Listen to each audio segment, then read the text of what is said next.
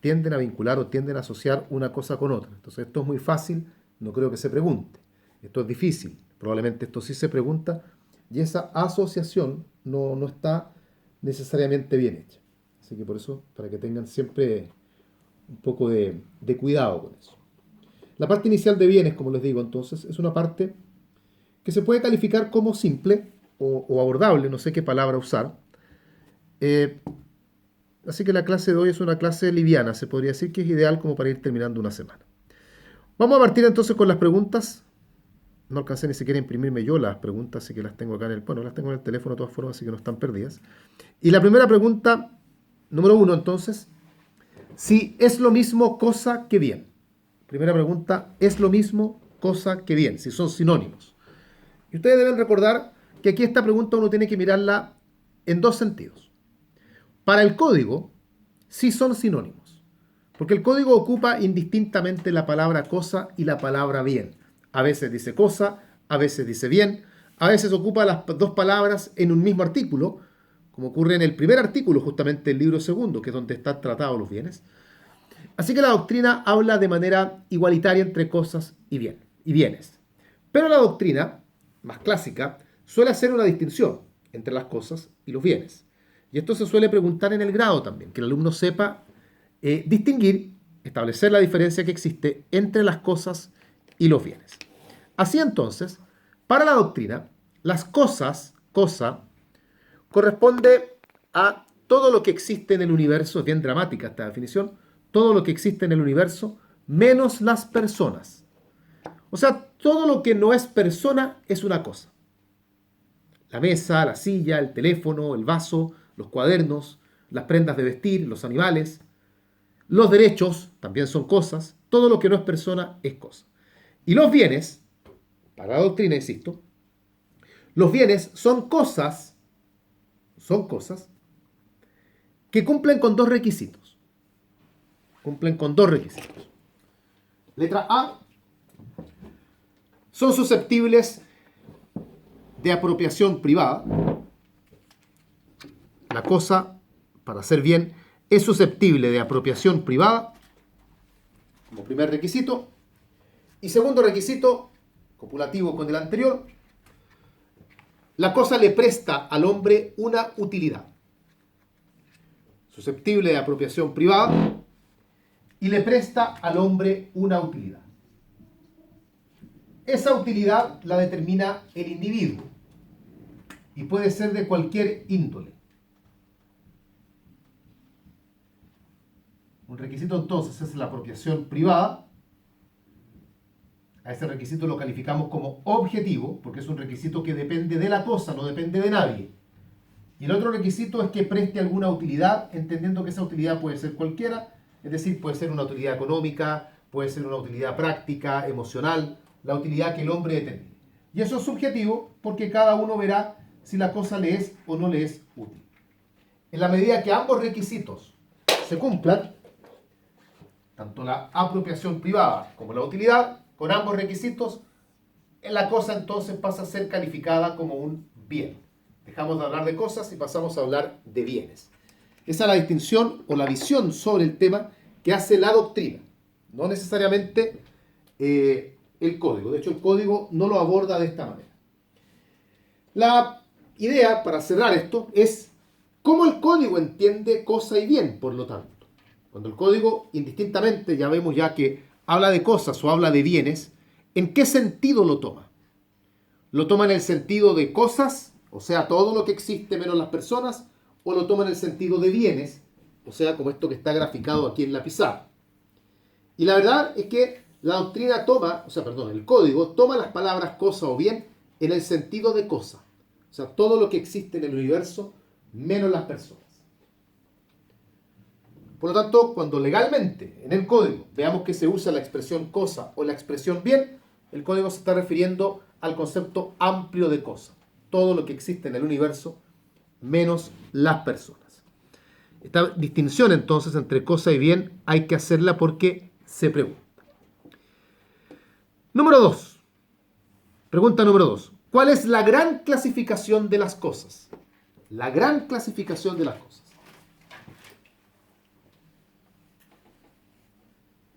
Ustedes saben que hay muchas clasificaciones de cosas. Nosotros vamos a hablar de cosas o de bienes indistintamente de aquí en adelante, ¿ya? Ustedes saben que hay varias clasificaciones de cosas, las muebles, las inmuebles, qué sé yo, las consumibles, las no consumibles. Pero si en el examen les preguntan por la gran clasificación, esa clasificación es corporales e incorporales. Es decir, la clasificación que distingue o divide a las cosas atendiendo a cómo se perciben. Cómo se perciben.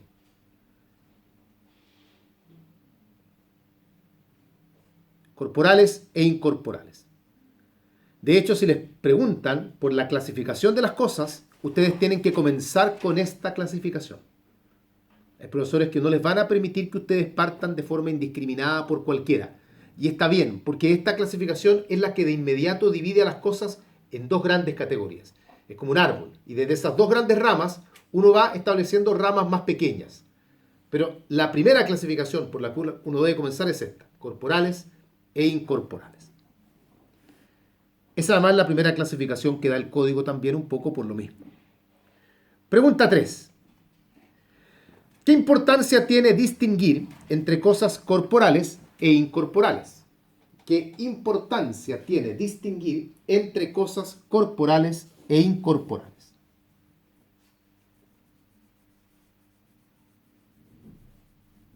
A ver, vamos a ver algunas importancias de esta clasificación. Letra A. Tiene importancia, por ejemplo, en materia de contratos, puesto que hay contratos que solo pueden recaer en cosas corporales, como el comodato, por ejemplo, el depósito, solo cosas corporales se pueden dar en comodato o en depósito, y hay contratos, por otro lado, que solo pueden recaer sobre cosas incorporales, por ejemplo, el contrato de cesión de derechos. La cesión de derechos recae sobre una cosa incorporal, sobre derechos. El nombre lo declara de esa forma. Entonces, ahí en materia de contratos hay una importancia. Otra importancia, letra B, en cuanto a los modos de adquirir. Puesto que hay modos de adquirir que pueden operar tanto para cosas corporales e incorporales, o sea, modos de adquirir que son amplios en ese sentido, como la tradición, por ejemplo, o la sucesión por causa de muerte. Pero hay también otros modos de adquirir que solo pueden recaer sobre cosas corporales, como ocurre, por ejemplo, con la ocupación. Las cosas incorporales no son susceptibles de ocupación. Esto se entiende, pues la ocupación tiene como uno de sus requisitos que debe haber aprehensión material. Y las cosas incorporales, dado que no se pueden percibir por los sentidos y que por lo tanto no son susceptibles de tacto, el tacto es uno de los sentidos, entonces no hay forma ahí de aprehender materialmente y por lo tanto la ocupación no se aplica en ese caso. Letra C, otra importancia, vinculada con las subclasificaciones, es decir, entender la diferencia entre cosas corporales e incorporales, también nos ayuda luego a entender cómo se van subdividiendo las cosas, para ver dónde cuadran las muebles, las inmuebles, qué sé yo, los consumibles, no consumibles, fungibles, no fungibles, etc. Ahí tenemos entonces algunas importancias de esta clasificación. Cuarta pregunta. ¿Alguien en el WhatsApp ha preguntado algo? Para que echen una mirada, les recuerdo, para los que están siguiendo la clase en línea, que estoy transmitiendo con el teléfono en el que tengo el WhatsApp, así que no tengo a la vista el WhatsApp en este momento. Vaya la cháchara que debe haber, que es la habitual, pero alguien está... Dos cosas me interesan, que alguien pregunte algo o que alguien esté diciendo no se ve el video, se cayó la señal o algo parecido. ¿No pasa nada de eso todavía? No. ¿No? Ya. Seguimos entonces. ¿Quién me presta su teléfono? Por un segundo, con el WhatsApp abierto. Es para sacar la foto. Ahí está. Ya, vamos a sacar la foto de la pizarra. Puse otra cosa. Ah, y fotos suyas, maravilloso. De mis perros. ¿Ah? De mis perritos. Ya. ¿Cómo doy vuelta a la cámara? Porque yo estoy acostumbrado a dar vuelta así, moviéndome así. Ah, esa carita. Ya. Se lo paso al tiro, ¿ya? Ya. Ahí está la foto. Entonces lo pido. Vamos entonces a la siguiente pregunta que dice, pregunta 5, pregunta 4. ¿Cómo se dividen las cosas corporales? ¿Cómo se dividen las cosas corporales? Las cosas corporales, y vamos a recordar el concepto que no lo hemos dado porque no está en las preguntas, es algo que ustedes tienen que estudiar aparte, es como obvio que uno tiene que saberse acá todos esos conceptos. Las cosas corporales son aquellas cosas que tienen un ser real, que se percibe por los sentidos. Tienen un ser real y se perciben por los sentidos. Las cosas corporales admiten una gran subclasificación que es muebles e inmuebles.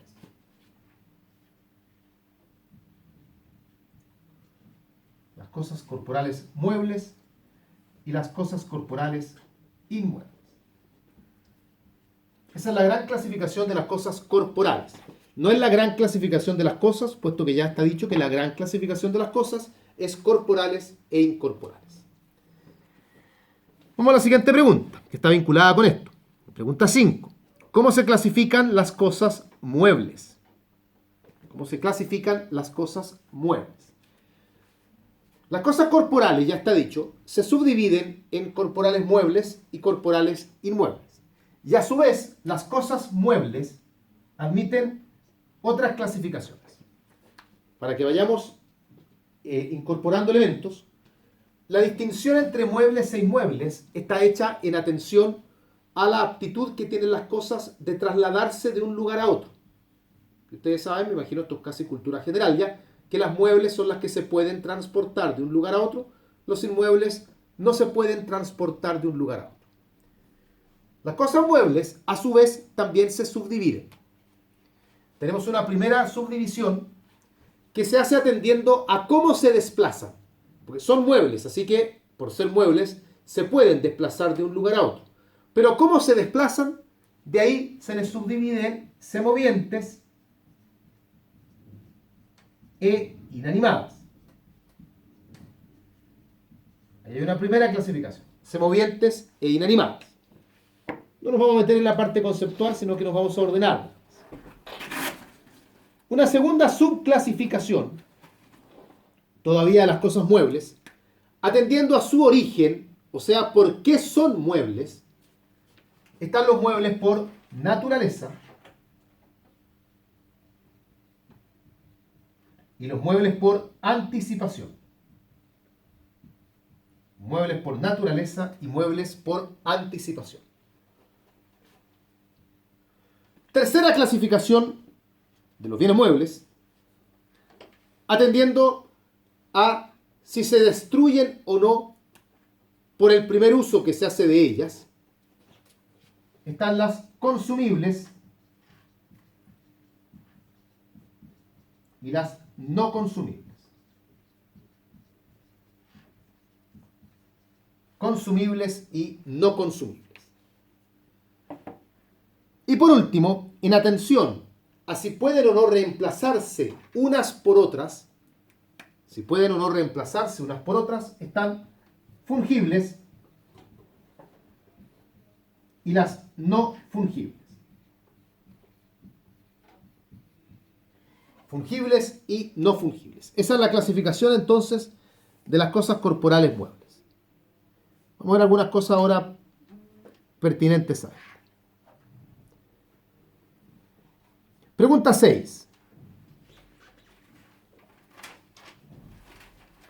¿Qué diferencia tiene la consumibilidad con la fungibilidad? ¿Qué diferencia tiene la consumibilidad con la fungibilidad? Una pregunta que la hacemos porque debemos recordar que el código confunde. El código mezcla los conceptos de consumible con fungible. Son conceptos claramente diferenciados, pero el código los revuelve. ¿Cuál es la diferencia al fin y al cabo? La consumibilidad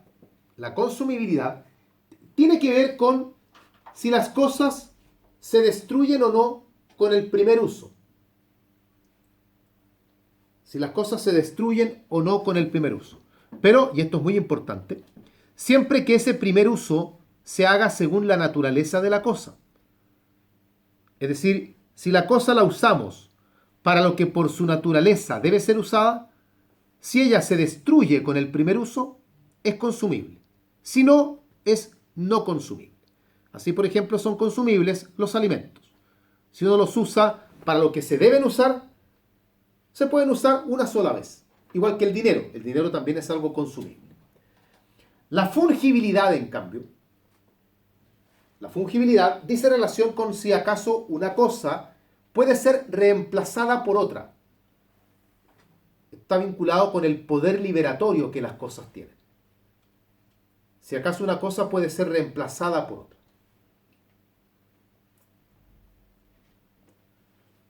Supongamos, por ejemplo, que yo voy a la recepción y le digo a la persona que está ahí que me preste, por favor, vasos desechables, vasos térmicos, porque quiero compartir café con los alumnos. Y que yo mañana le traigo vasos de vuelta. Me prestan 10 vasos de estos blanquitos térmicos. Yo mañana traigo de vuelta otros vasos distintos, la misma marca, pero distintos, porque los que nosotros usamos luego los botamos a la basura. ¿Tiene alguna importancia que yo haya cambiado los primeros vasos que me dieron por otros? No tiene importancia porque esos vasos son bienes fungibles. Se puede reemplazar uno por otro. En cambio, yo le pido a un compañero, por ejemplo, le pedí recién a su compañera que me prestara su teléfono celular para sacar fotos. Ella me lo presta, contrato de comodato. Luego yo se lo devuelvo, pero al devolvérselo le devuelvo un teléfono distinto. ¿Qué me va a decir ella? Me va a decir, este no es mi teléfono. Necesito que me devuelva mi teléfono, profesor. Tengo mis contactos, tengo mis fotos. Entonces este teléfono que usted me dio, a pesar que es incluso hasta mejor en marca, en modelo que el que yo tenía, a mí no me sirve. Porque para ella su teléfono es algo no fungible, no se puede reemplazar por otro. Entonces la consumibilidad y la fungibilidad son cuestiones que no tienen nada que ver una con otra. Una mira hacia la cosa se destruye o no se destruye, la otra mira hacia acaso la cosa puede o no ser reemplazada una por otra. El código, insisto, confunde los conceptos, así es que hay que tener cuidado con eso porque el código lo haga no significa que ustedes lo vayan a poder hacer en prueba o en examen. Es bien injusta la vida, porque si el código se equivoca, ¿por qué no me voy a poder equivocar yo? Pero lamentablemente es así. Pregunta 7. ¿Cómo se clasifican los inmuebles? Nos pasamos al otro lado del cuadro. Los bienes inmuebles. ¿Cómo se clasifican? Acá es más sencillo porque a nivel de inmuebles hay una sola clasificación. Y esa clasificación es la que divide a los inmuebles en inmuebles por naturaleza, inmuebles por adherencia e inmuebles por destinación. Naturaleza, adherencia, destinación. Esa clasificación está hecha atendiendo a su origen, o sea, ¿por qué son inmuebles? Naturaleza, adherencia, destinación. Agregamos una pregunta, que no está ahí. Pregunta 8. ¿Cuáles de las clasificaciones de los bienes son ficciones? ¿Cuáles de las clasificaciones de los bienes son ficciones? ¿Saben cuáles son? ¿Cuáles de estas clasificaciones constituyen ficciones legales? Porque no son realidades, sino que son situaciones ficticias de las que están en la pizarra. O sea, hay que quedarse ahí nomás. ¿Cuáles son? Por definición. Ya. Inmuebles por adherencia es una ficción legal. Inmuebles por destinación también es una ficción legal. Y la otra son los muebles por anticipación. Esas tres clasificaciones, muebles por anticipación, inmuebles por adherencia, inmuebles por destinación, son ficciones legales. Son bienes que en rigor tienen otro carácter, pero el legislador les supone, les reputa una calidad distinta a la que tienen para efectos puntuales. Eso tiene que ver con la definición que ustedes tienen que aprender de cada una. Pero es bueno recordar que esas son ficciones.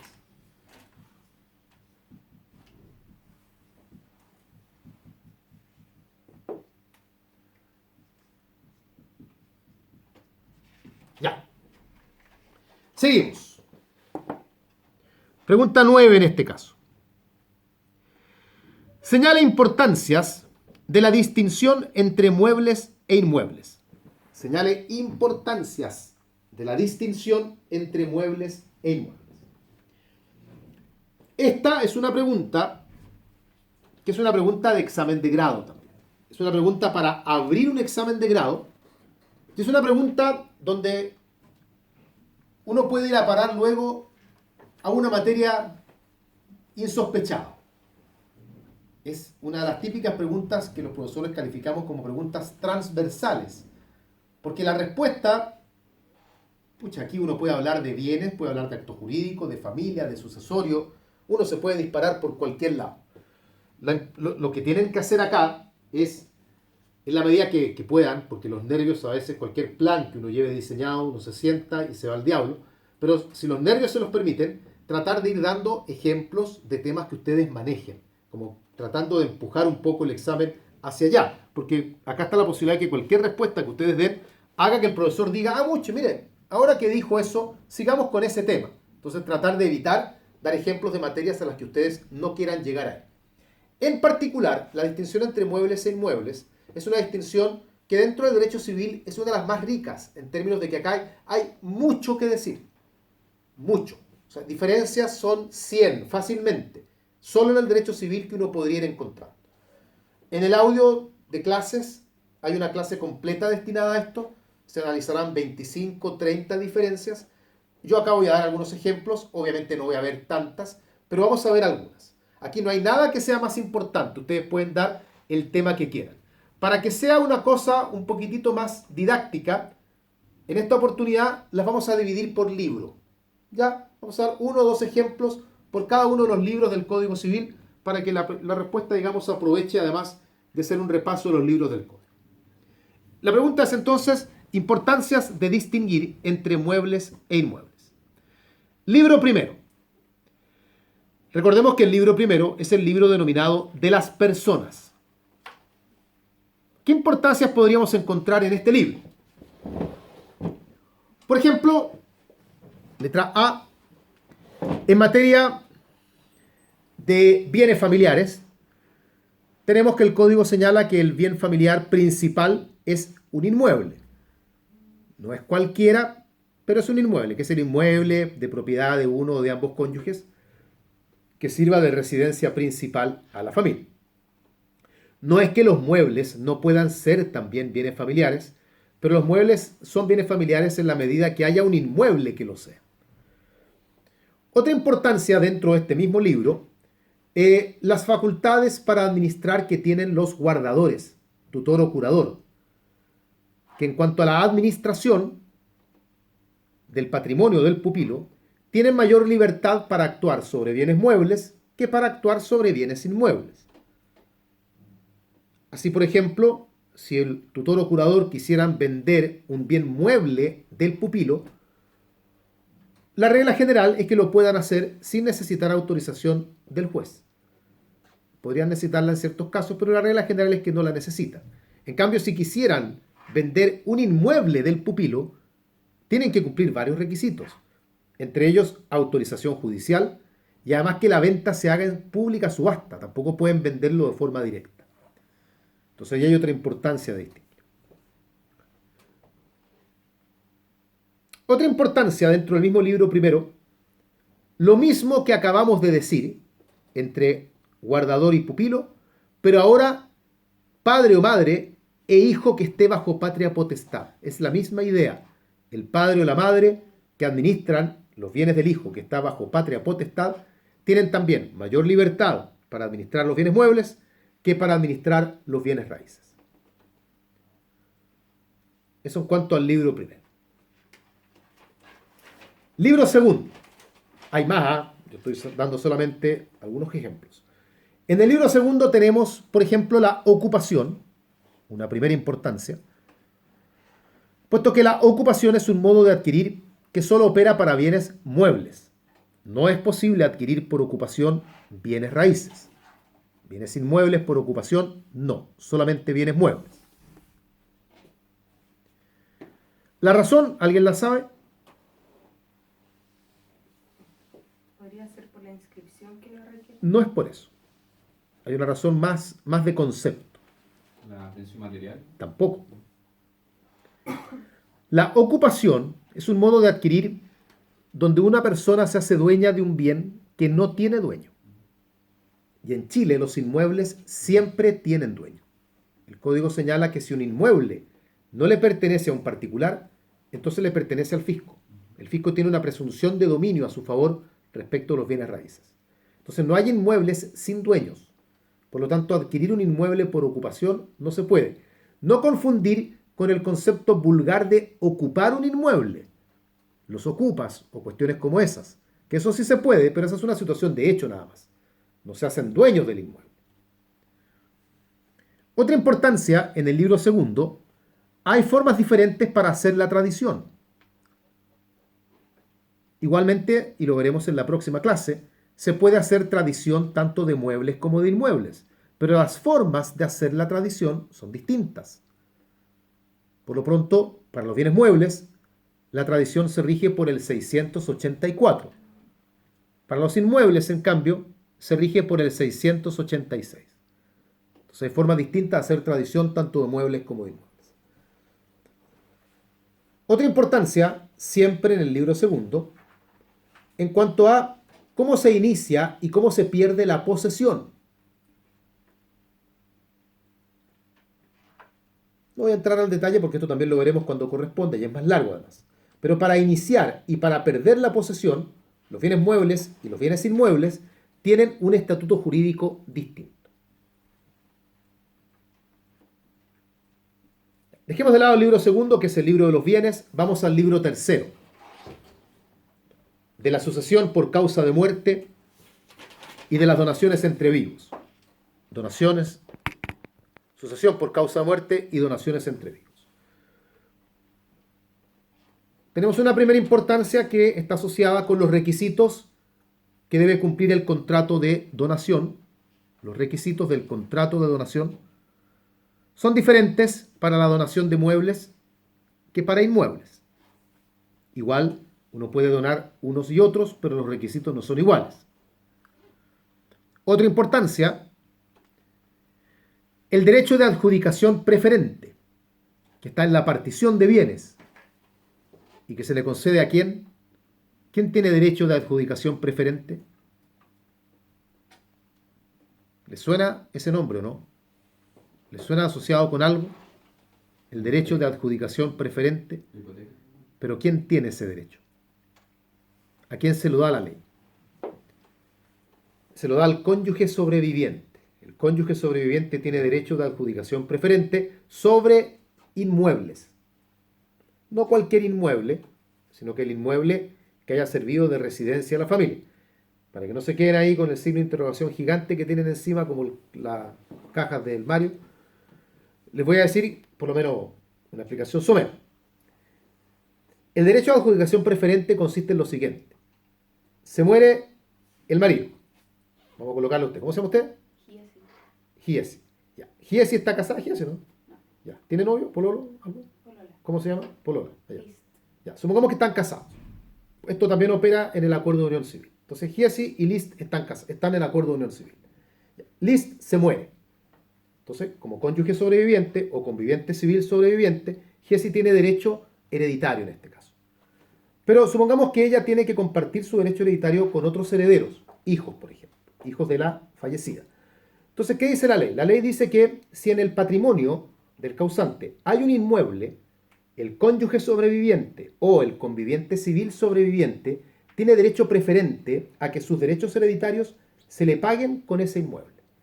O sea, si todos se van a poner a pelear por la casa, Giesi diría no, la casa yo tengo derecho a quedarme con la casa.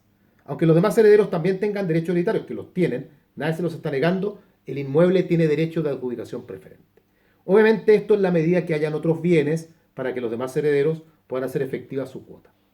Ese derecho, la finalidad que persigue es que el cónyuge o conviviente civil siga teniendo un lugar donde poder vivir, porque si no lo que sucedía muchas veces era que moría el marido, por ejemplo, y los hijos le quitaban el inmueble a la mamá, lo vendían. y la mamá se queda ahí, bueno, ¿y ahora dónde me voy a vivir yo? Entonces, para evitar eso, está esta institución que es muy similar en teoría a lo que son los bienes familiares. Es la misma idea, digamos, la que hay detrás. Ya. Libro cuarto. Estamos viendo importancia de distinguir entre muebles e inmuebles. Acá podemos encontrar, por ejemplo, los plazos de prescripción adquisitiva, por lo menos de la prescripción adquisitiva ordinaria.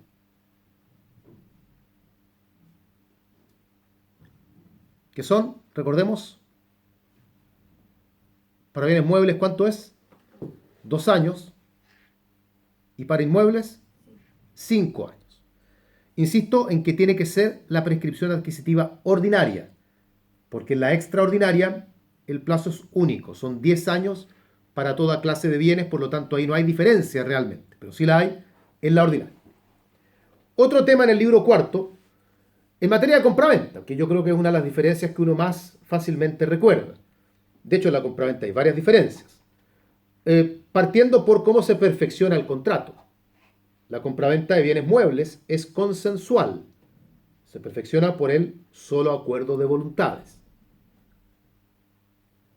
La compraventa de inmuebles, en cambio, es solemne. Se efectúa por escritura pública.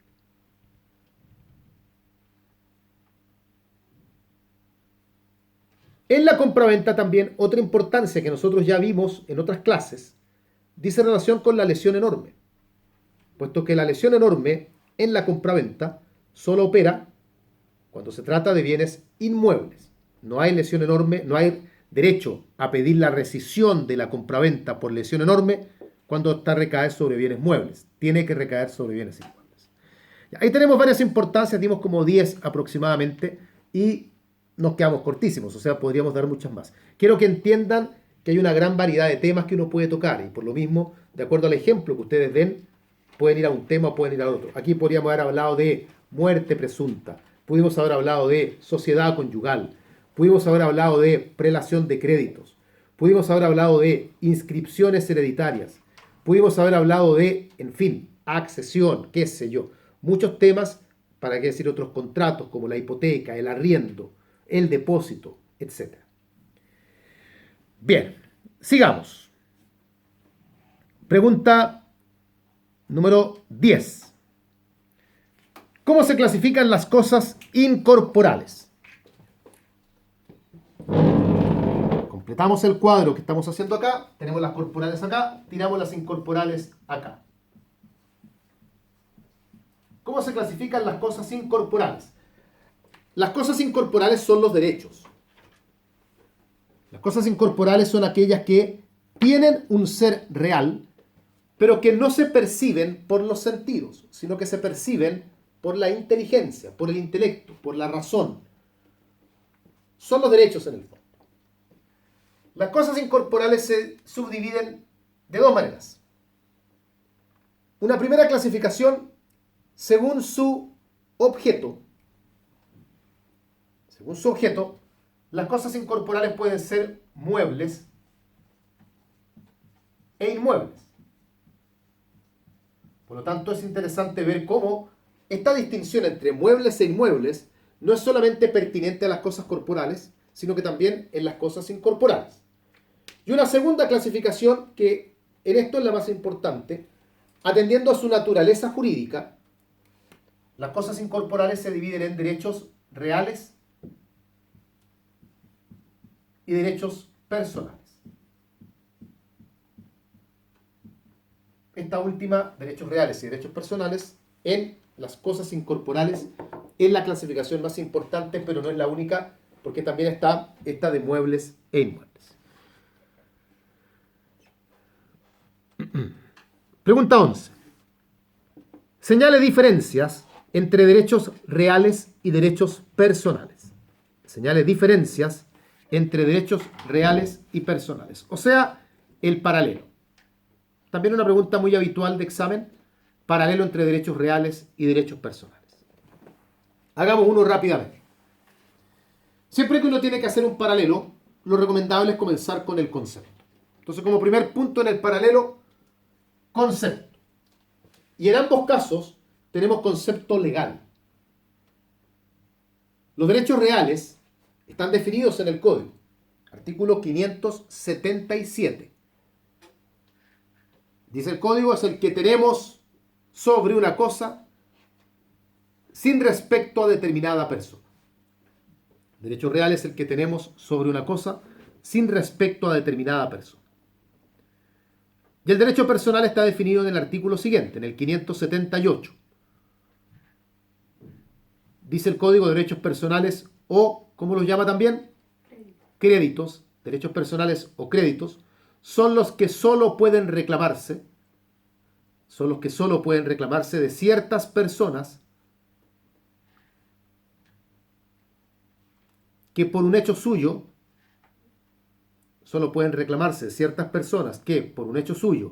o la sola disposición de la ley, han contraído las obligaciones correlativas. En todo caso, pueden ver las definiciones ahí en el 577 y 578. Segundo punto en el paralelo. En cuanto a las acciones que nacen de ellos. Todos los derechos generan acciones. Los derechos reales dan origen a acciones reales. Y los derechos personales dan origen a acciones personales.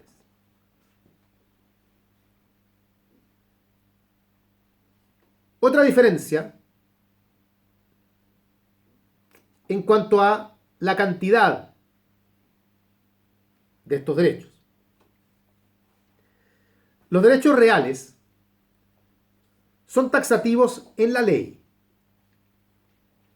No digo en el Código Civil, sino que en la ley. Eso quiere decir que para que un derecho real tenga la calidad de derecho real, tiene que haber una ley que le dé esa calidad. Su origen no está en la autonomía de la voluntad, sino que la ley dice cuáles son los derechos reales. En el Código Civil tenemos el artículo 577, que señala los derechos reales más importantes. Pero hay otros derechos reales también en otras leyes. Derecho real de concesión, derecho real de aprovechamiento de aguas, y el que se creó hace un par de años, que es el derecho real de conservación, y otros más. Pero su cantidad está limitada por ley, por lo cual podemos decir que es taxativa, pero repito, no taxativa en el Código. No es que el 577 los enumere todos. Los derechos personales, en cambio, son de una cantidad indefinida, porque uno de sus orígenes, no el único, pero uno de sus orígenes, puede ser la autonomía de la voluntad, los contratos, por ejemplo. Y como no hay una cantidad determinada de contratos, tampoco hay una cantidad determinada de derechos personales que puedan nacer. Un último punto en el paralelo, en cuanto a las personas que deben respetar el derecho.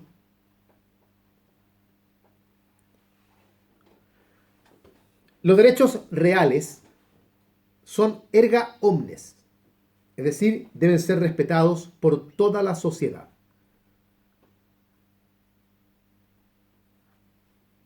Si yo soy dueño, que ese es un ejemplo de derecho real, yo soy dueño para todos.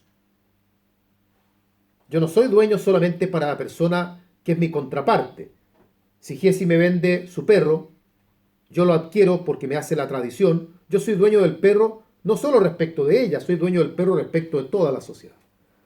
Los derechos personales, en cambio, establecen una relación que es acreedor-deudor. Hay un acreedor y hay un deudor, y por lo tanto el derecho personal solo le es oponible al otro sujeto de esta relación jurídica. Yo tengo como derecho, por ejemplo, que usted que está allá, con bufanda, ¿cómo se llama? Marcos. Yo tengo derecho a que Marcos me pague 100.000 pesos.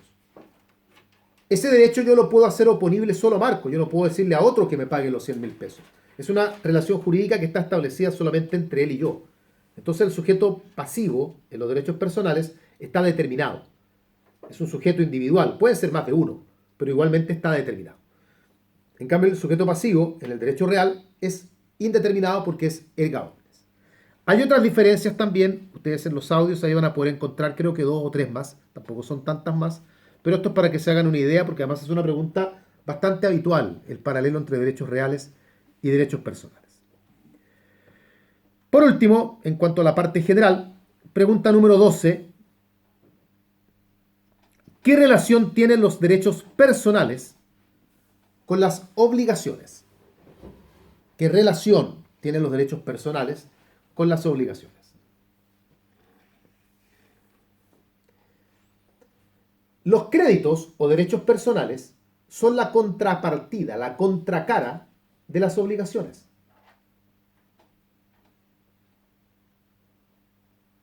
Así como el deudor tiene la obligación de cumplir con una prestación, el acreedor tiene el derecho personal para exigirla.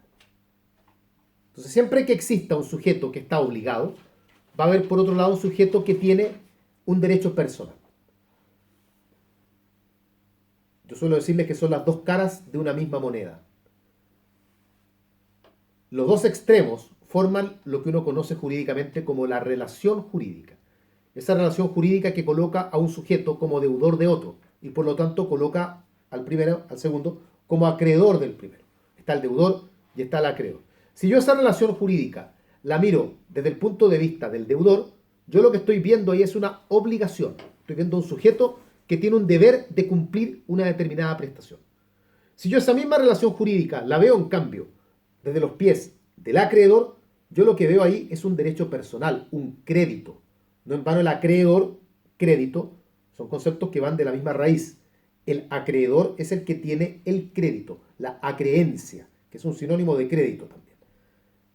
Por lo tanto, hay una relación muy estrecha. Por eso la definición de derecho personal, de crédito, dice el que solo puede reclamarse de ciertas personas que por un hecho suyo, la sola disposición de la ley, han contraído las obligaciones correlativas. Entonces, todo derecho personal genera como correlativo de él a una obligación. Esa es la relación que hay entonces entre obligaciones y créditos o derechos personales. Repito que derecho personal es sinónimo de crédito. Así que si en un examen les preguntan, señor, ¿qué son los créditos? No se espanten, le están preguntando qué son los derechos personales. ¿Alguna pregunta de ustedes o alguna pregunta que haya en el WhatsApp o algo que hayan logrado ver ahí? ¿No? Ya. ¿Alguien está hablando, diciendo algo? No importa qué, pero hay gente viva en el WhatsApp. Sí, Sí, ya. mandaron los artículos. Perfecto. Présteme su teléfono nuevamente para que pueda sacar la foto.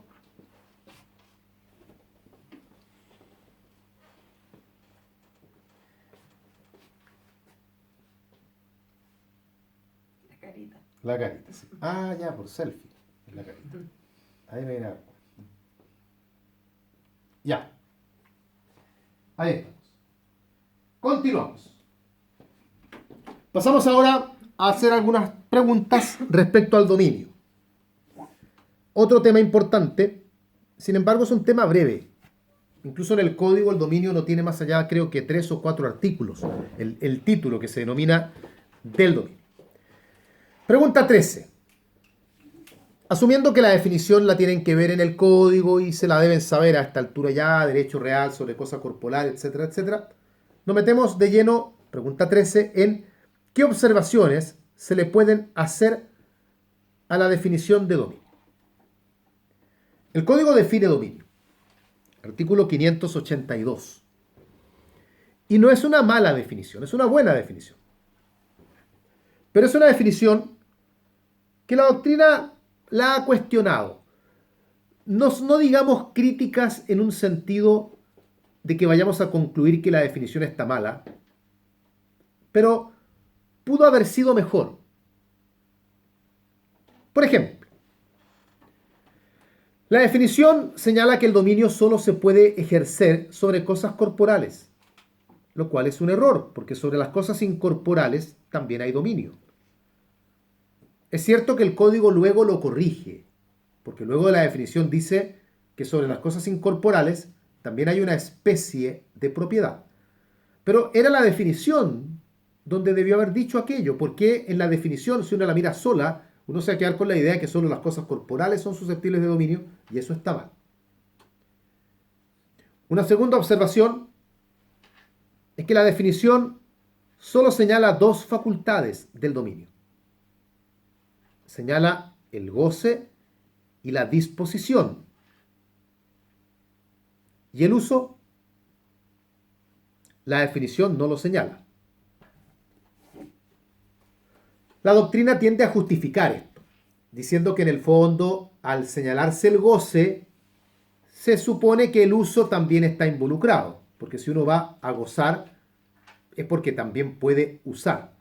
Pero sin embargo, a pesar que eso puede estar correcto, la facultad de goce y la facultad de uso son facultades distintas, y la definición debió haberlas señalado a las tres, y eso no lo hizo. Otra observación, dicen algunos autores que hay en el código, en la definición, se puede generar una contradicción. Se podría generar una contradicción porque hacia la parte final de la definición, el código dice que el dominio se ejerce de forma arbitraria, pero luego le coloca límites. Entonces que ahí habría un contrasentido, porque si fuese arbitrario, no debiera tener límites. Entonces uno podría en la redacción cuestionar en qué quedamos. ¿Es arbitrario o tiene límites? La verdad que lo que la definición trata de decir es que habiendo límites, mientras no se vulneren esos límites, el ejercicio es arbitrario. O sea, es como que nosotros nos dijesen, hagan lo que ustedes quieran, pero dentro de esta sala. No salgan al exterior. Entonces, un poco esa es la idea. Mientras usted no contravenga ni a la ley ni al derecho ajeno, usted con sus cosas puede hacer lo que quiera. O sea, es una arbitrariedad controlada. Ahí tenemos algunas observaciones porque no son críticas como para decir la definición está mala. No, pero la definición pudo haber sido mejor de lo que termina siendo. Pregunta 14. ¿Qué características tiene el dominio?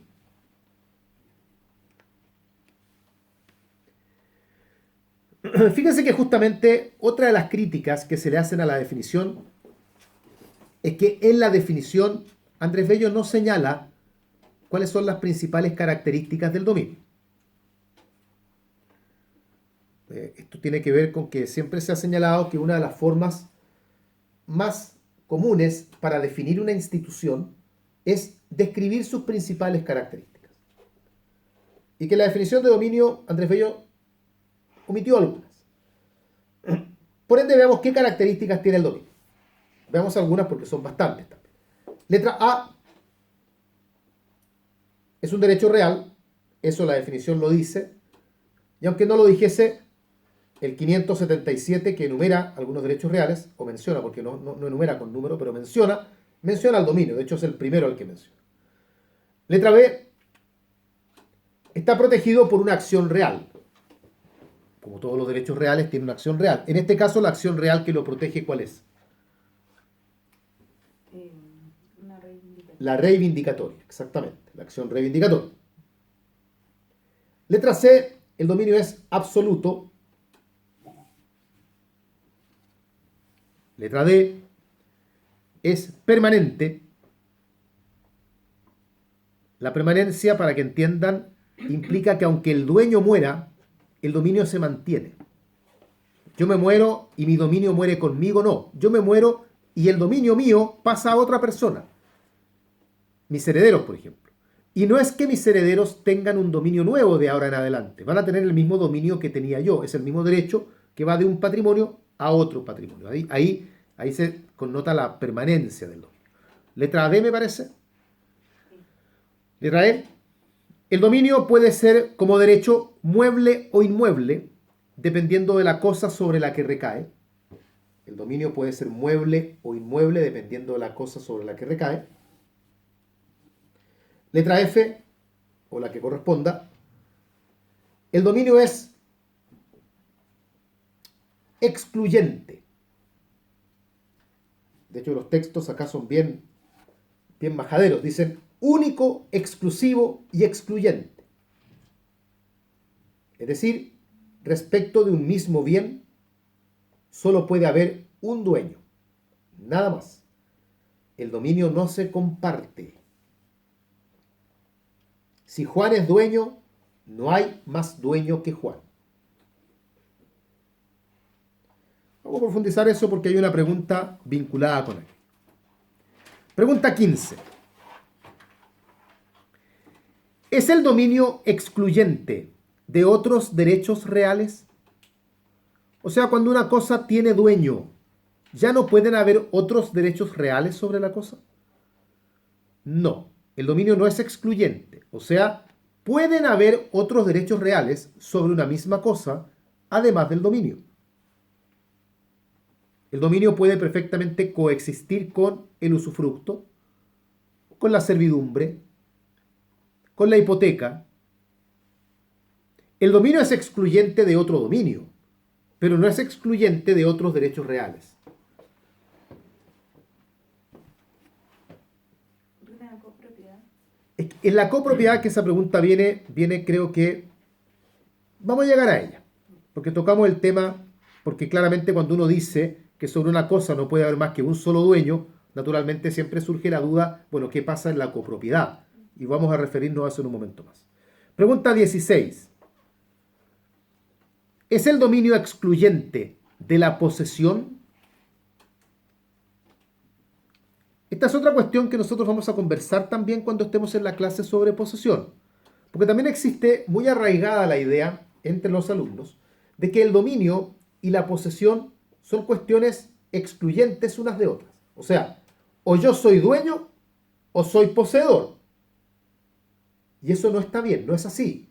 De hecho, la lógica es que el dueño tenga también la posesión. Son instituciones que coexisten. Porque el dominio alude al derecho. Yo tengo el derecho de dominio sobre este teléfono. La posesión está asociada con la tenencia material. Yo no solamente soy dueño del teléfono, además lo tengo aquí conmigo. No solo soy dueño, soy también poseedor. Lo que revela que una persona puede ser dueña y poseedora al mismo tiempo, y así debiera ser. Pero también veremos que puede haber dueño sin posesión, y ahí justamente aparece la acción reivindicatoria para que el dueño recupere la posesión que ha perdido. Y puede haber también poseedor sin dominio. Y ese es el que intenta llegar a la prescripción justamente. Porque el poseedor que ya es dueño no necesita que opere la prescripción a su favor. Si este teléfono es mío y yo tengo la posesión de él, yo no estoy esperando cumplir 2 años para ser dueño. Yo ya soy dueño. El que tiene que esperar el tiempo es el poseedor, que si bien es cierto, tiene la posesión, no tiene el dominio. Cuando estudiemos posesión vamos a entender y vamos a profundizar algo más en esto. Sigamos. Pregunta 17. Y ahora vamos a lo que preguntaba su compañera. ¿Pueden haber varios dueños sobre un mismo bien? No. No sobre el bien completo. Si esta mesa es mía, es solo mía. No puede ser de nadie más. Tanto es así que si otra persona adquiere el dominio, el dueño anterior lo pierde. Porque no pueden coexistir simultáneamente 2 o más dominios sobre un mismo bien. Ahora, ¿qué pasa en la copropiedad? ¿Puede haber copropiedad sobre esta mesa? ¿Que hayan 2 dueños de la mesa? Sí, puede ocurrir. Pero en la copropiedad, de acuerdo al sistema que adoptó nuestro Código Civil, cuando existe una copropiedad, cada copropietario, cada comunero, es dueño de una cuota. No es que cada comunero sea cada uno dueño del total. No es que la mesa es toda mía y además la mesa es toda de Pedro. No, la mesa es mía en una parte y es de Pedro en otra parte. Y sobre cada cuota, cada dueño es dueño único. Mi cuota es mía, no es de nadie más. Prueba de ello es que mi cuota, yo la puedo vender, la puedo enajenar, yo puedo hacer con mi cuota lo que quiera.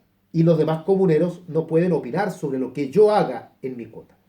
Pero así con esa misma libertad yo no puedo actuar sobre el bien completo, porque ahí entramos a las reglas de la comunidad que señalan que si se quiere disponer del bien completo, tienen que actuar todos los comuneros de común acuerdo, de consuno, o sea, actuar todos como uno.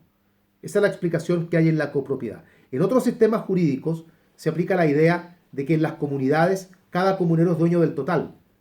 Pero el sistema chileno no tomó ese camino. Cada comunero es dueño solo de la cuota que él tiene. Y se mantiene en ese sentido la exclusividad del dominio. Mi cuota es solo mía y no es de nadie más.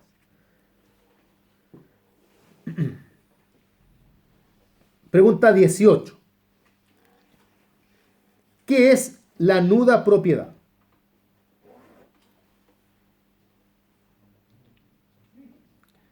La nuda propiedad, o llamada también propiedad desnuda, es aquella en que el dueño se ha visto privado de la facultad de uso o de la facultad de goce o de ambas. Se ve privado o del uso o del goce o de ambas. Pero, y aquí está la clave de la historia, a través de otro derecho real. O sea, hay otro derecho real involucrado. Yo soy el dueño, pero no tengo la facultad de uso ni de goce porque la cosa que es mía, yo la di en usufructo. El usufructo es otro derecho real. Eso quiere decir que yo soy nudo propietario, porque en virtud de otro derecho real yo me veo privado del uso y del goce. Ahora bien, modifico el ejemplo. Si esta casa es mía y yo se la doy en arriendo a usted, ¿cómo se llama? A Ninoska. Yo le doy en arriendo la casa a Ninoska. Ninoska tiene ahora ella, como arrendataria, la facultad de uso y también tiene la facultad de goce. ¿Significa eso entonces que yo, que sigo siendo el dueño de la casa porque la casa es mía, yo ahora soy nudo propietario? No, porque acá no hay ningún derecho real involucrado. El arrendamiento no es un derecho real. Para que se hable entonces de nuda propiedad, necesariamente esta pérdida, esta privación, esta limitación de las facultades de uso y de goce tiene que darse por involucrarse otro derecho real. Un usufructo, el derecho real de habitación, en fin. Tiene que haber otro derecho real de por medio. Pregunta 19. Para terminar con las preguntas sobre el dominio, otra pregunta que también se suele hacer, que nos lleva a la facultad de disposición, y que es, si acaso tiene valor la cláusula de no enajenar. Ahí la pregunta dice cláusula de enajenar, coloquen el no. Se me fue el no ahí. Es la cláusula de no enajenar. ¿Tiene o no tiene valor? Convengamos, para entender el contexto del asunto, que la cláusula de no enajenar es aquella cláusula, valga la redundancia, que se incorpora en un contrato en la que se le impone al dueño no enajenar el bien. O sea, este auto es tuyo, pero tú no lo puedes enajenar. Nuestro sistema jurídico no da una respuesta general sobre la pregunta, sino que lo que hace la ley es ser casuística. Va en varias materias indicando en cada una de ellas si acaso tiene o no tiene valor esta cláusula. Pero no hay una solución de carácter general que uno pueda aplicar para todas las materias. Entonces la doctrina por muchos años se debatió entre si acaso vale o no vale una cláusula de no enajenar incorporada en un contrato. Se deja de lado naturalmente aquellos casos en que la ley sí da una respuesta, porque ahí no hay nada que discutir, la respuesta la da la ley. Hay respuestas, por ejemplo, en la hipoteca, en el arriendo, en la donación, en los legados. Ahí el código se coloca en la hipótesis y responde. Y a veces le da valor y a veces no le da valor. Por lo tanto, el código ni siquiera tiene una postura única sobre el tema. Pero hay una gran cantidad de materias donde el código nada dice. Por ejemplo, no dice nada en la compraventa. Podría entonces imagínense que en una compraventa yo le vendo mi casa a Ninoska. Pero en el contrato se señala que yo le vendo la casa siempre y cuando ella se comprometa a nunca enajenarla a nadie. ¿Vale o no vale? Como no hay respuesta legal, la doctrina al principio recurría al espíritu general del derecho. Y se generaba una discusión Porque aquí habían dos principios inspiradores del derecho civil confrontados. Por un lado, estaba la autonomía de la voluntad. De acuerdo a la autonomía de la voluntad, la cláusula de no enajenar es válida. Porque uno puede hacer todo lo que no esté expresamente prohibido. Y como no hay ninguna norma que prohíba expresamente la cláusula de no enajenar, entonces es válida. Autonomía de la voluntad, vale la cláusula. Pero se contrapone a otro principio, que es el principio de la libre circulación de los bienes. Porque naturalmente, que haya un bien sobre el cual pese una cláusula de no enajenar, provoca que ese bien no puede circular libremente. El bien se entrampa en el patrimonio del individuo y eso contraviene a la libre circulación. De acuerdo a ese principio, la cláusula de no enajenar no debiera tener valor. Y se enfrentan estos dos principios que no tienen ninguno mayor valor que el otro. Por lo tanto, llegamos a un círculo que no tiene salida. Depende cómo uno quiera mirarlo, la respuesta que uno tenga que dar. Al final, después de muchos años, la jurisprudencia terminó alineándose un poco en un criterio. Como que de a poquito, quiero decir, fueron cambiando su postura hasta llegar a un criterio más bien uniforme ya hace muchos años y que es el que todavía se aplica hoy día. Y que en conclusión es lo siguiente. Volvemos a la pregunta original. ¿Vale o no vale la cláusula de no enajenar? Entonces la jurisprudencia ha dicho, por un lado, en los casos en que la ley expresamente se pronuncia, no hay nada que hacer. Ahí hay que estarse a lo que la ley diga. O sea, si es un arriendo, si es una donación, si es una hipoteca, ahí estaremos a la solución que el código da para esos casos puntuales. En los demás, la jurisprudencia ha dicho que la cláusula de no enajenar vale, tiene valor, pero siempre y cuando aparezca limitada por un tiempo prudente. Ahora, ¿qué se entiende por tiempo prudente? Bueno, eso se ve caso a caso. Lo importante es que la cláusula puede llegar a tener valor, pero tiene que estar limitada en el tiempo. O sea, yo te impido enajenar el bien, pero no lo puedes enajenar por 6 meses. No lo puedes enajenar por un año. Pero que aparezca como que no lo puedes enajenar hasta el fin de los tiempos, o no lo puedes enajenar por 20 años, porque esto último suena exagerado, ahí la jurisprudencia ha dicho, ahí no vale. Otros fallos han agregado que se debe justificar el por qué no se puede enajenar. Para que no aparezca un mero capricho, en el contrato se debe explicar cuál es el motivo por el cual no se puede enajenar.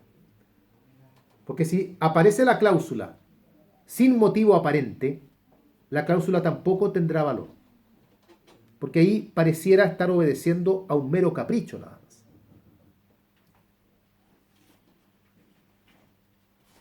Te doy mi casa para que la des en arriendo y te quedes con las rentas.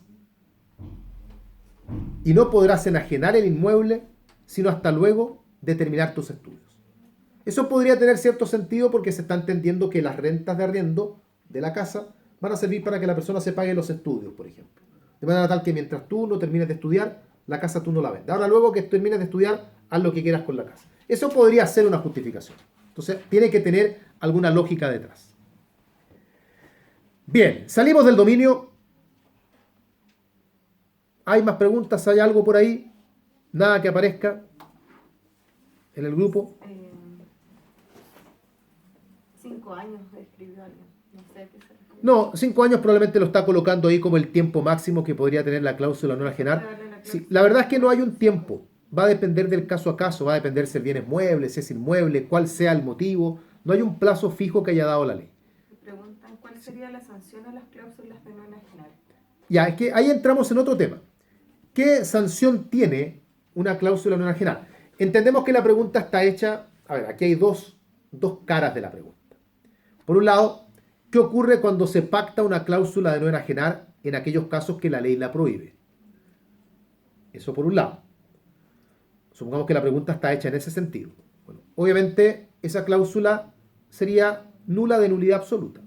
Porque si hay norma prohibitiva que impide pactar esa cláusula y las partes porfiadamente la pactan, están contraviniendo una prohibición legal y la sanción de la cláusula, no del contrato completo, nulidad absoluta. Ahora, si la pregunta está hecha en el otro sentido, es decir, ¿qué ocurre si en el contrato existe la cláusula, pero una de las partes la incumple e igual enajena? Que es el típico ejemplo de los bancos. El banco te dice, tú no puedes enajenar el bien mientras está hipotecado. Y resulta que uno llega y lo enajena igual. Entonces, ¿qué es lo que va a ocurrir ahí? ¿Cuál sería la consecuencia jurídica? ¿Cuál será? Ocupen el sentido común. Es una cláusula que está en un contrato. Y yo hice caso omiso de la cláusula. Pasé por alto la cláusula. ¿Cuál será la consecuencia? ¿Qué es lo que está ocurriendo ahí?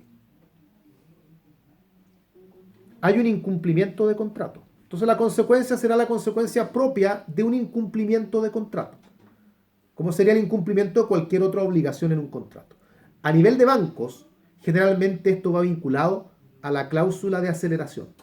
Entonces, si usted pidió un crédito hipotecario a 20 años plazo, le impusieron que mientras tanto no enajene el bien y usted lo enajena, la enajenación igual vale. El banco no puede cuestionar la enajenación. Pero a usted, que no debió haber enajenado y sin embargo enajenó, a usted le van a tirar encima la cláusula de aceleración y el banco le va a cobrar hoy día el valor total del crédito. Y la verdad es que como hay una hipoteca encima del inmueble, al banco poco le importa que el bien se enajene porque igual pueden perseguirlo por la hipoteca.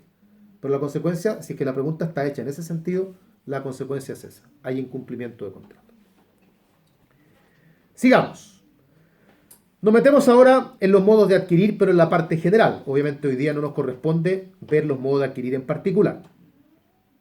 Pregunta 20. ¿Qué sistema adopta nuestro código en esta materia? En materia de modos de adquirir.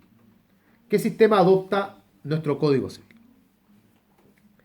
Esta es una pregunta también que va asociada con entender más adelante otras instituciones. Recordaremos de nuestras clases de civil de primeros años que se nos dijo muchas veces que Andrés Bello, para inspirarse en la redacción de nuestro Código Civil, tomó varios referentes, pero principalmente fue seguidor muy de cerca del Código Civil francés. Pero aquí, en esta materia, Andrés Bello se alejó del sistema francés, porque el sistema francés de la época era un sistema en que los contratos servían como modos de adquirir. O sea, yo compraba algo y por el hecho de comprarlo, yo ya me hacía dueño. Andrés Bello no siguió ese sistema, sino que Andrés Bello siguió el sistema romano. Y el sistema romano consistía en que para llegar al dominio, para que operen los modos de adquirir, se necesitaba no solamente el modo, sino que se necesitaba también un título. O sea, hay una dualidad, una escalera de 2 peldaños. Primero el título, luego el modo, y ahí llegamos al dominio. Por lo tanto, esa es la razón por la cual en nuestro sistema, la sola circunstancia de haber comprado algo no nos hace dueños, sino que necesitamos además que opere un modo de adquirir que en ese ejemplo tendría que ser la tradición. Pero por el solo hecho de haber comprado, el dominio no se llega todavía. Entonces, ese es el sistema que tenemos nosotros, un sistema dual.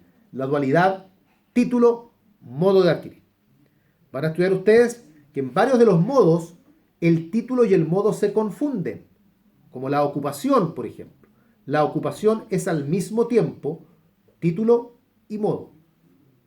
Pero hay otros modos donde uno logra apreciar la dualidad de manera muy nítida, como la tradición, por ejemplo. Uno logra ver el título, que sería, por ejemplo, una compraventa, y luego la tradición. Más fácil en la compraventa de inmuebles. Yo voy a la notaría, firmo la escritura de venta, salgo en la notaría con la escritura debajo del brazo, pero no soy dueño todavía.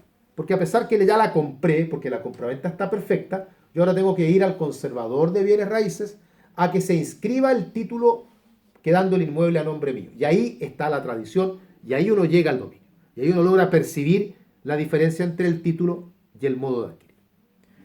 Obviamente la tradición y todo lo demás conversaremos en la próxima clase, no es tema de ahora. Pregunta 21. ¿Qué son los modos de adquirir? También es una pregunta sumamente habitual en examen de grado. Y vamos a revisarla simplemente porque no hay concepto legal acá. Entonces vamos a dar un concepto como cualquiera otro que ustedes puedan tener que les va a servir igual, porque como no hay concepto legal, el profesor no está esperando un concepto exacto. Pero el más frecuente, y que probablemente sea el mismo que todos tienen de una u otra manera, dice que los modos de adquirir son los hechos o actos jurídicos, los hechos o actos jurídicos a los que la ley les concede la facultad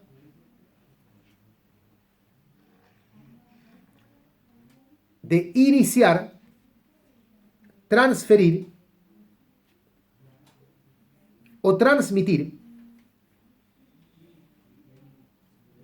derechos reales, entre ellos el dominio. Pero es bueno ir acostumbrándose a que los modos de adquirir no necesariamente tienen que estar asociados con el dominio, también operan para los demás derechos reales. Pregunta 22. ¿Cómo se clasifican los modos? Hay varias clasificaciones, yo las voy a nombrar nada más, después ustedes, salvo las que tienen que ver con las preguntas que vienen luego. Una primera clasificación, aunque el orden acá no importa realmente, atendiendo a su naturaleza jurídica,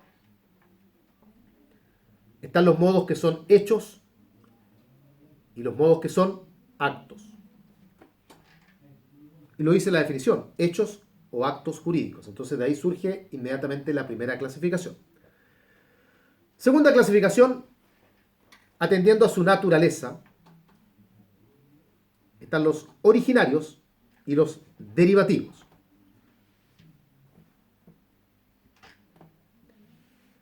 Tercera clasificación, en cuanto a su alcance o a su contenido, están los modos a título singular y a título universal.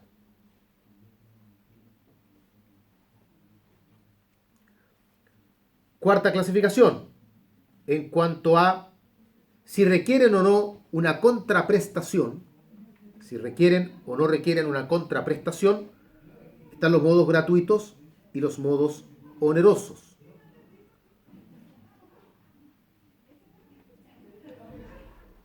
Y una quinta clasificación, en cuanto a si requieren o no la muerte de una persona para operar, están los modos de adquirir por acto entre vivos y los modos de adquirir por causa de muerte. Por acto entre vivos, por causa de muerte. En el material ahí vayan viendo en qué consiste cada uno y cuál cabe dentro de cuál. Hay un cuadro, de hecho, que yo hago al final de la clase por ahí, donde compagino todos los modos con las características que tiene. Pregunta 23. Justamente referida a una de las clasificaciones. ¿Qué modos son hechos y qué modos son actos? Son hechos la accesión, pero no todos los casos de accesión. Ahí habría que ver distintos tipos, pero hay casos de accesión que son hechos. Es hecho también la sucesión por causa de muerte y también es hecho la prescripción. Se les califica como hechos porque la voluntad ahí no tiene participación. Son actos, por otro lado, lo que revela que acá la voluntad sí juega un rol importante, son actos. La ocupación, la accesión, en algunos casos, hay casos de accesión que son hechos, o sea, la voluntad no tiene nada que ver, como el nacimiento de Isla, pero hay casos de accesión que sí tienen que ver, como por ejemplo la adjunción. Y el otro acto es la tradición. La tradición es indudablemente un acto jurídico, de hecho es una convención, es un acto jurídico bilateral, y eso lo conversaremos también en la próxima clase. Pregunta 24. ¿Qué significa que un modo de adquirir sea derivativo y qué alcance tiene eso? También está referido a otra clasificación.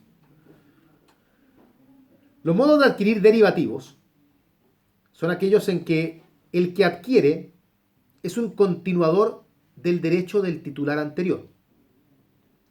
El que adquiere es un continuador del derecho del titular anterior.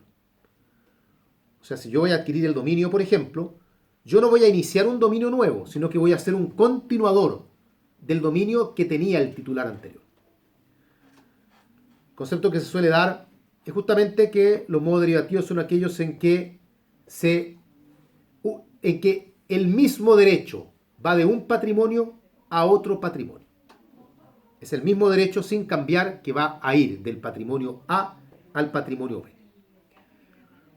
Son derivativos solamente dos modos, que son la tradición y la sucesión por causa de muerte.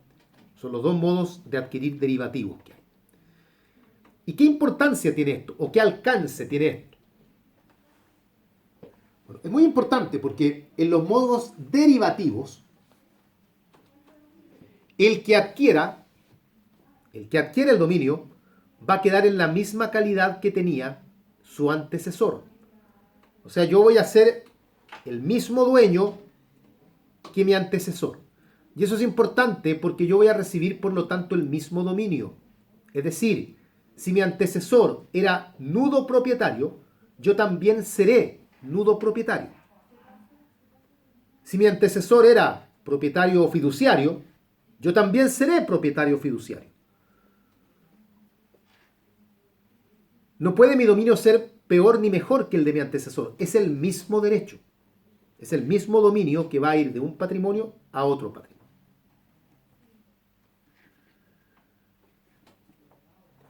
Pregunta 25. La última pregunta. También pregunta habitual en examen de grado. Siempre respecto a los modos de adquirir, ¿qué ámbito de aplicación tienen? ¿Qué ámbito de aplicación tienen? Esto es, ¿qué se puede adquirir por cada modo? ¿Qué se puede adquirir por cada modo?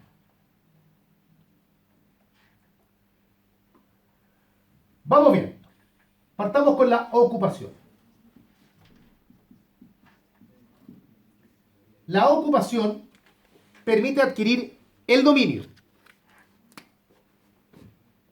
Solo el dominio, o sea, ningún otro derecho real. Es un modo de adquirir que apunta solo al dominio y siempre sobre cosas corporales muebles. Nada más. Yo no puedo adquirir otros derechos reales por ocupación, yo no puedo adquirir un usufructo por ocupación, una herencia por ocupación. Solo puedo adquirir el dominio. Y solo el dominio de cosas que sean corporales y que sean muebles. La accesión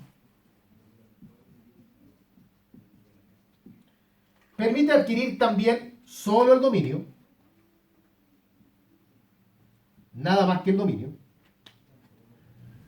O sea, no hay accesión para otros derechos reales, solo para el dominio. Pero se puede adquirir por accesión el dominio de cosas corporales, muebles e inmuebles. O sea, es más amplio que la ocupación.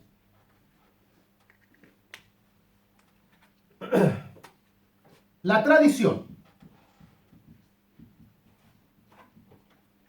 La tradición es más amplia todavía.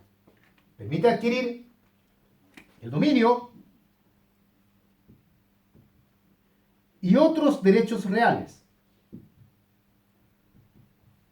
No solo el dominio, entonces. De cosas corporales e incorporales.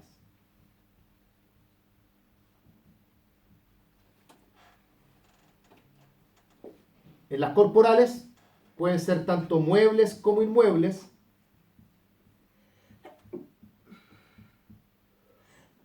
Y en las incorporales están también los derechos personales. O sea, la tradición tiene un alcance amplísimo. Sucesión por causa de muerte.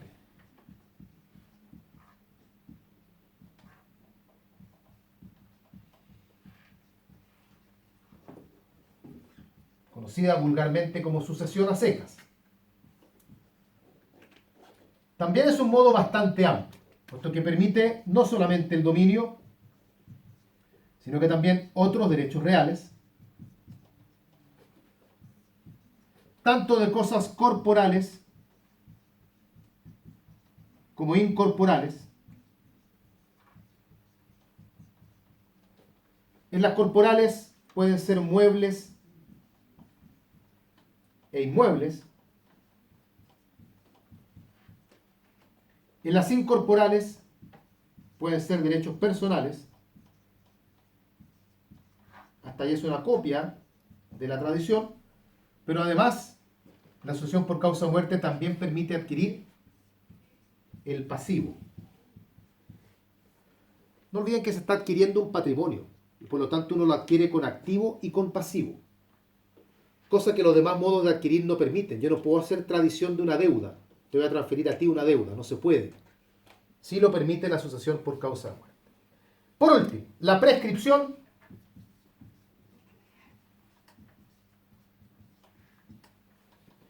permite adquirir el dominio y también otros derechos reales. Pero cuidado, porque si bien es cierto, permite adquirir otros derechos reales, menos las servidumbres que sean discontinuas y las que sean inaparentes. O sea, otras servidumbres sí. Tampoco es cuestión de llegar y decir no se pueden adquirir las servidumbres. La verdad es que sí se pueden adquirir, pero no se pueden adquirir las servidumbres que sean discontinuas y las inaparentes. Probablemente más adelante veamos cuál es el motivo para ello. Porque hay obviamente un motivo. Permite adquirir cosas corporales, tanto muebles como inmuebles.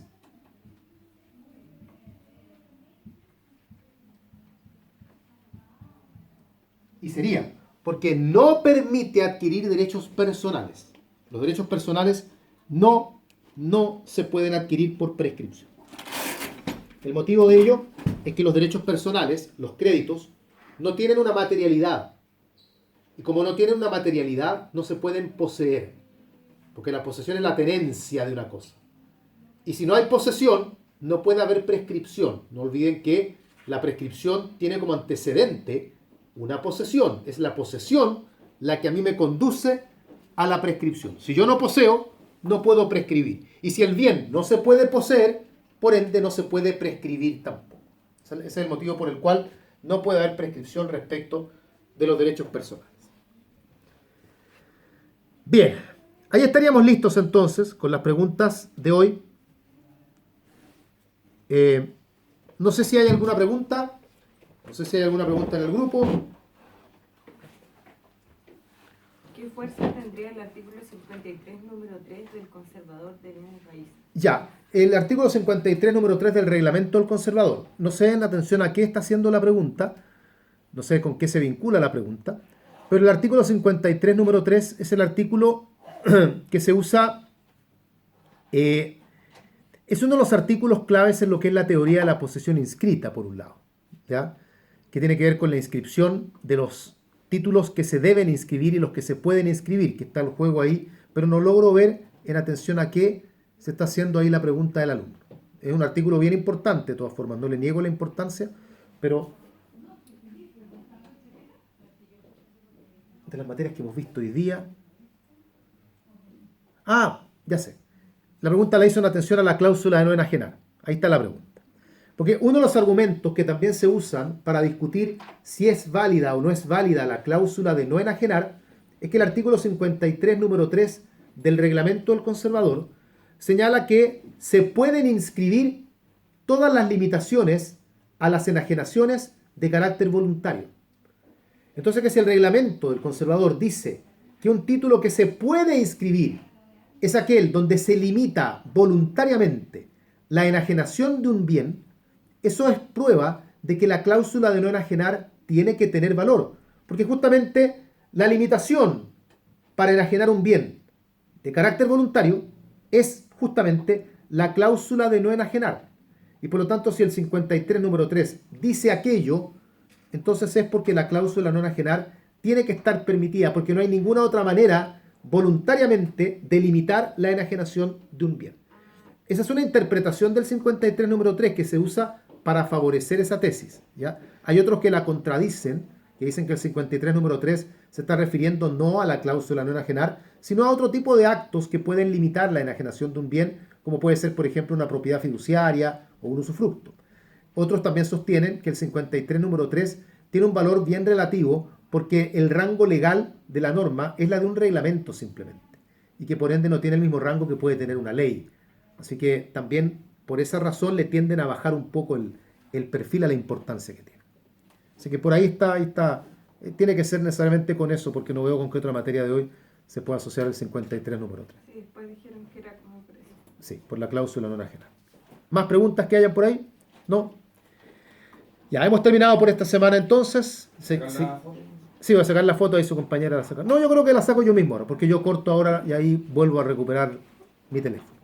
El día lunes tenemos clases, seguimos con bienes. El día lunes nos corresponde como tema central la tradición. ¿Ya? Así que ahí estaremos hablando de eso el lunes. Que estén bien, que tengan un buen fin de semana.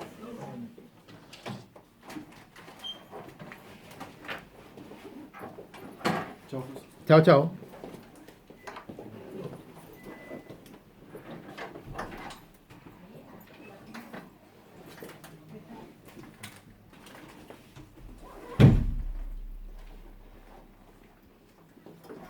Típica mentira, profesor. La clase no va a ser más corta, nunca fue más corta. Más corta que la de ayer. Más corta que la de ayer. Cualquier clase va a ser más corta que la de ayer. Si la de nulidad es una clase